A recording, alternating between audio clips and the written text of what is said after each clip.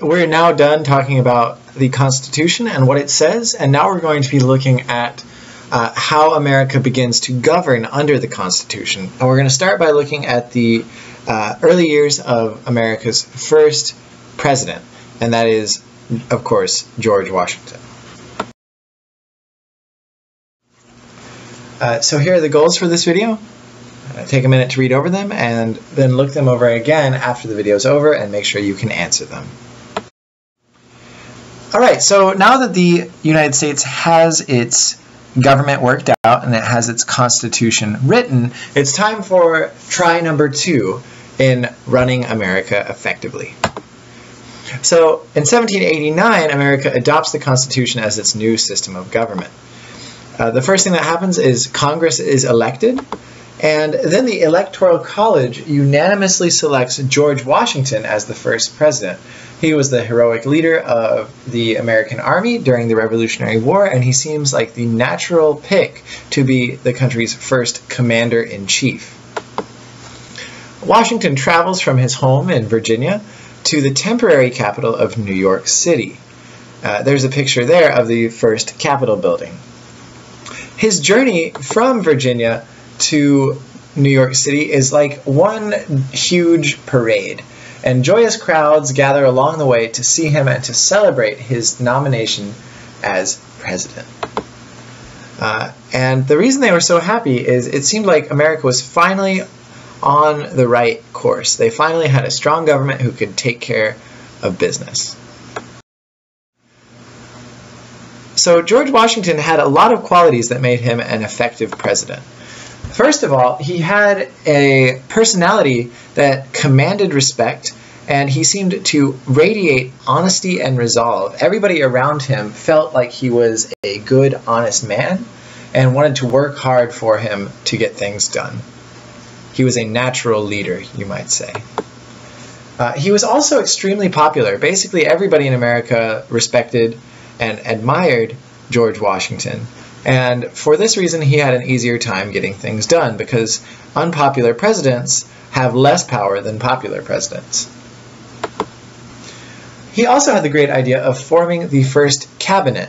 This is basically setting up a number of assistants to help the president do his job. And he names a couple extremely talented people to be his secretaries. The first Secretary of State, that is the person who takes care of America's relationship to other countries, was Thomas Jefferson. And the first Secretary of the Treasury, that is the person who basically deals with the government's money issues, was Alexander Hamilton. These guys were both extremely bright and made a lot of good decisions for the young American nation. And last of all, George Washington had a great commitment to the new system under the Constitution. And he once said that the Constitution is the guide which I will never abandon. So he was totally sold on the Constitution, and people could trust him not to try and take more power than the Constitution was willing to give him. But there were also a number of challenges facing America under the Constitution. And these were the problems that Washington would have to resolve during his time as president. The first problem was there was a huge government debt. Basically, the government owned tons of money, both to other countries and to rich people within the United States. The reason the government debt was so big was, first of all, that the states and the central government had taken on a lot of debt during the war. But second of all, for the years that America was under the Articles of Confederation, they really didn't have any way to pay it off because the central government could not tax anybody. And this meant that while the debt was sitting there, it was piling up. People were charging interest. And that meant that there was an urgent need to pay it off right away as soon as the Constitution was passed. Another problem was that not everybody really liked the new government. There were a bunch of people, many people who had agreed with the anti-federalists, were worried that the strong government made possible by the Constitution was going to be tyrannical. These people were especially rural farmers who doubted that the government was really going to help them. They believed that really all the government would get them would be more taxes and less freedom.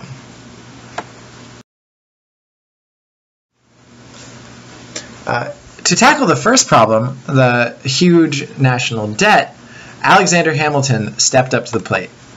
And his first step to dealing with this issue was for the federal government to take on all state debt.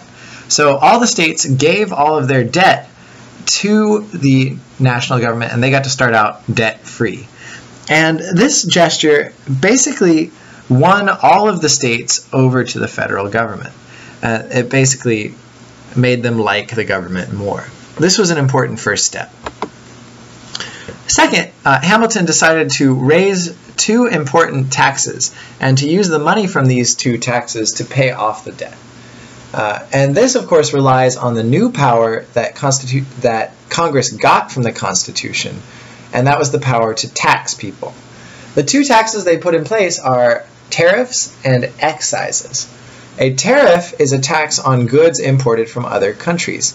So if somebody from Britain wanted to ship a bunch of guns to the United States, those guns would be 8% more expensive than they would be otherwise, and the American government gets to keep that 8% difference.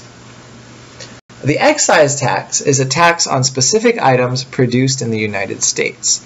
So you could pick a certain thing. The one thing they pick is whiskey, and they say, if you make whiskey, it's going to cost you this much per gallon, and you have to pay us that if you're going to make it. And this raises money directly for the United States, but it also puts a burden on the people who make certain products. And last of all, Hamilton wanted a central bank.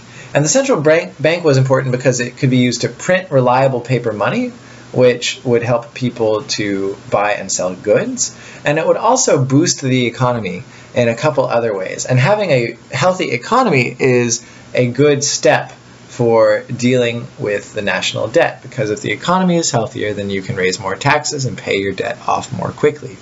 Hamilton was a financial genius, and it seems fair that this guy who basically saved the American economy gets to be on our $10 bill today. As a result of Hamilton's taxes, we get this interesting episode known as the Whiskey Rebellion. So Hamilton's taxes, as we said, target whiskey. Whiskey was a very important item in the rural economy. Basically, farmers would grow a bunch of corn, and rather than ship the corn, what they would do is they would turn the corn into whiskey and sell the whiskey instead, and they could make a lot more money in this way.